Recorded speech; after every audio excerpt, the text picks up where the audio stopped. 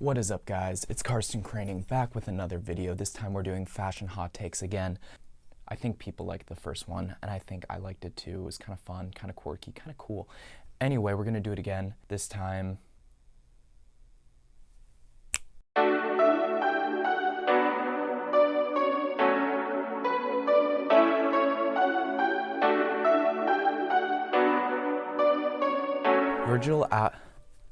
Virgil Abloh did a great job on the last Louis Vuitton collection. I think this is definitely true. I think his last collection was great. I think it was well done. It was well crafted. Sure, there was a lot of CCP and Ray Kawakubo and even some Dries influence in there, but I thought it was appropriate. I thought it was well done.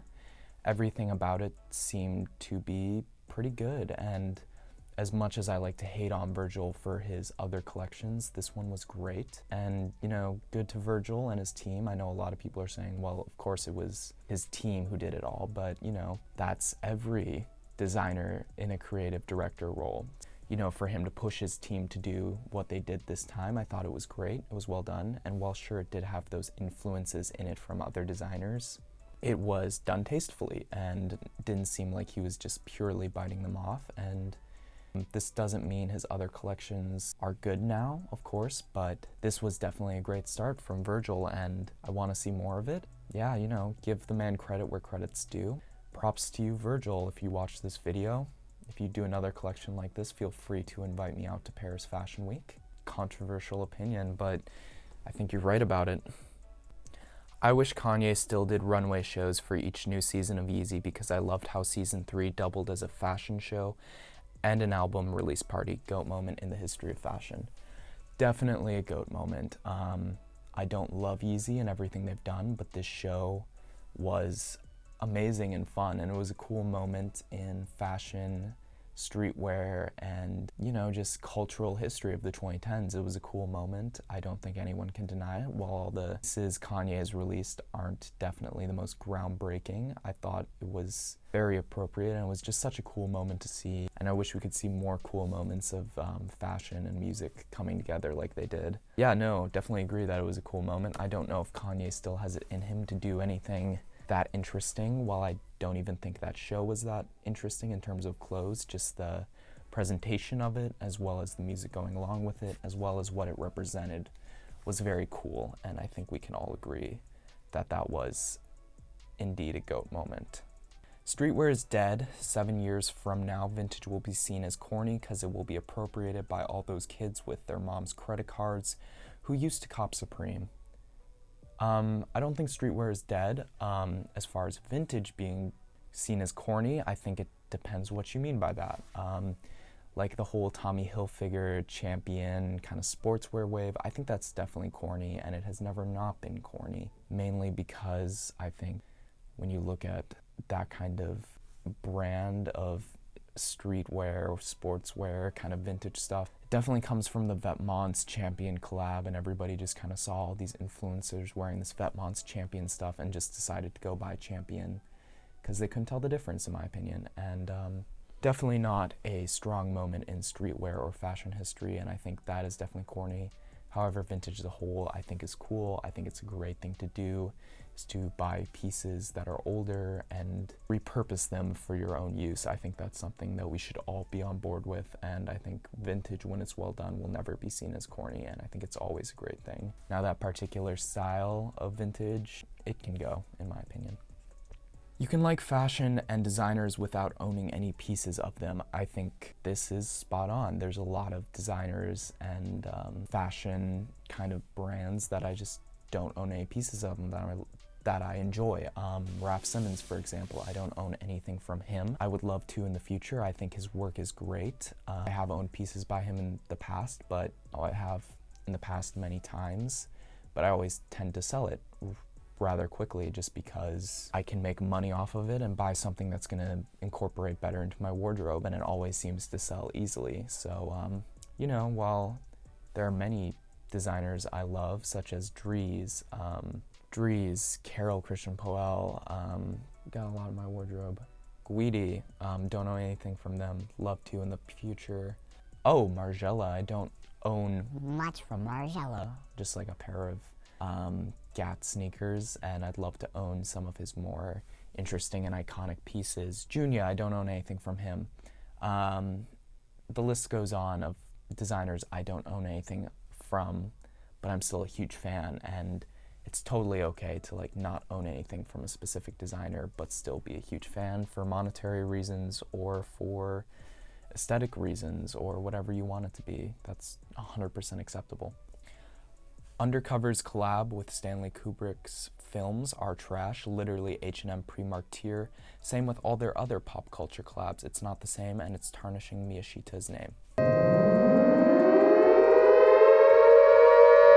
I disagree heavily. I think Undercover's recent shows and recent collections have gotten better and better over time. I think they're getting to the point where they're even trumping his earlier archive collections, such as Scab and all those early shows that we know and love. But I think they're getting better and better. June's work has been progressing well, even better than Raf, I dare say. No, his work is getting to be great, and I'm starting to love it more and more. And are they H&M Primark tier? No way. The materials and way he's using the graphics are totally different, not even close to anything H&M and Primark has ever done. And I think they're pretty damn good, so I'd have to disagree with you there. Mr. Percocet Jefferson. Percocet Jefferson. For the amount of stylistic influence it has had on menswear, I find it disappointing that actual military surplus isn't in more people's wardrobes. It's high quality and authentic and a great cheap alternative to more expensive takes from fashion brands. I'm not lying when I say that through all the Rick, Mountain Research, Cavempt, etc., the pieces that I end up wearing the most are my fatigues and combat boots. I would agree with you 100% on this. Military surplus is amazing. When it comes to me, two of my most worn pieces are some like military cargo pants that I thrifted and my Austrian paratrooper boots. I wear that combo, or those pieces individually, like at least 2 out of the 3 days of the week, 2 to 3 days of the week. They're amazing. I wouldn't trade them for the world. So I agree with you. They're also affordable. I love military surplus. I wish I would buy more. However, I just don't get out to go to military surplus places as much as I would like. I might do a military surplus shopping clothing haul at some point when I get my next paycheck in. We'll see. But I think it should be utilized in more people's wardrobes. It's so cool for the people who can't afford maybe the actual fashion pieces but want to get in on this cool aesthetic that they're often mirroring and copying and influenced by. I don't know why they aren't buying military surplus, and I'd like to see more people wearing it, especially as we're going into the 2020s. That's a trend I think we should all get on board with because it's sustainable and it's also just awesome. So need to see more military surplus in the 2020s. Anything Travis Scott does is overrated. I would agree with you 100% here. His recent sneaker collabs are not that great and kind of atrocious, especially the mismatched patterny ones that had like weird vêtements, heavy metal fonts, as well as Gosha writing in Russian on it that were definite influences. I think he definitely had his place in the mid-2010s when he was releasing Rodeo and Days Before Rodeo. I was a huge fan of him at that point. But now these days, his work seems so overrated, even in music. Are you all really bumping Highest in the Room? And it got on the Billboard for as long as it did. I mean, it just has to be one of his worst songs, as well as, nothing doesn't even hold a candle to his earlier work, and everything he seems to do now is so overrated and not even that good. I mean, he used to be great. I think he had a great artistic integrity, but now it just seems so lazy even compared to what Kanye does now, and it's just not the same anymore. But, back in mid-2010s when he was rocking that Travis Scott drip with the Raf Simons archive Raf, those were good old days. But, he's severely overrated. Shame to say. Everyone makes fun of Virgil, me included, but he gets more attention than hundreds of better designers. Small designer brands need more love. Agree with you 100%, Charles. There are a bunch of designer brands that need way more attention. And, just to point out a couple, let me find a couple that I think need more attention.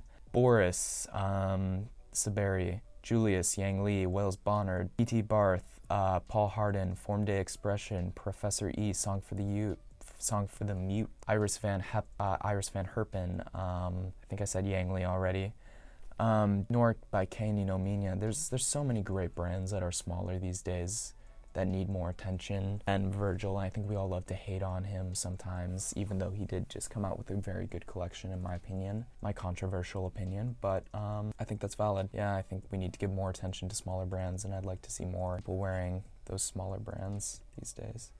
I was on acid the other day and I saved 36 pictures of a Geo Basket. I'm proud of you. You're doing it right. We're all striving to be you. Penis. Me too. I agree. This is a good opinion.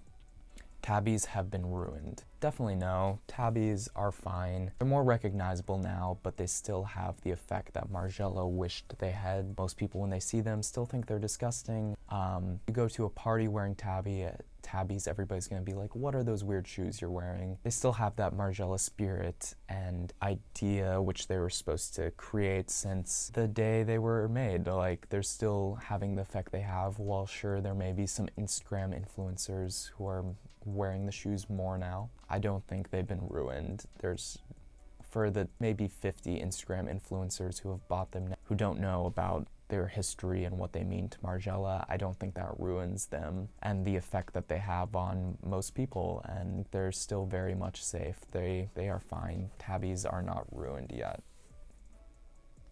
ERD is underrated. No, ERD is just a meme. It's an edgy meme. It's the FTP of high fashion. It's a bunch of edgy sayings and stolen punk iconography slabbed onto t-shirts and hoodies, way too high, sold to Future and the Migos exclusively, maybe some weird Instagram influencers, and no, ERD is not underrated. It's not it's overrated, if anything. It's not that great. With that, I'm gonna finish off this video. Thanks for watching, guys. I'll see you another time.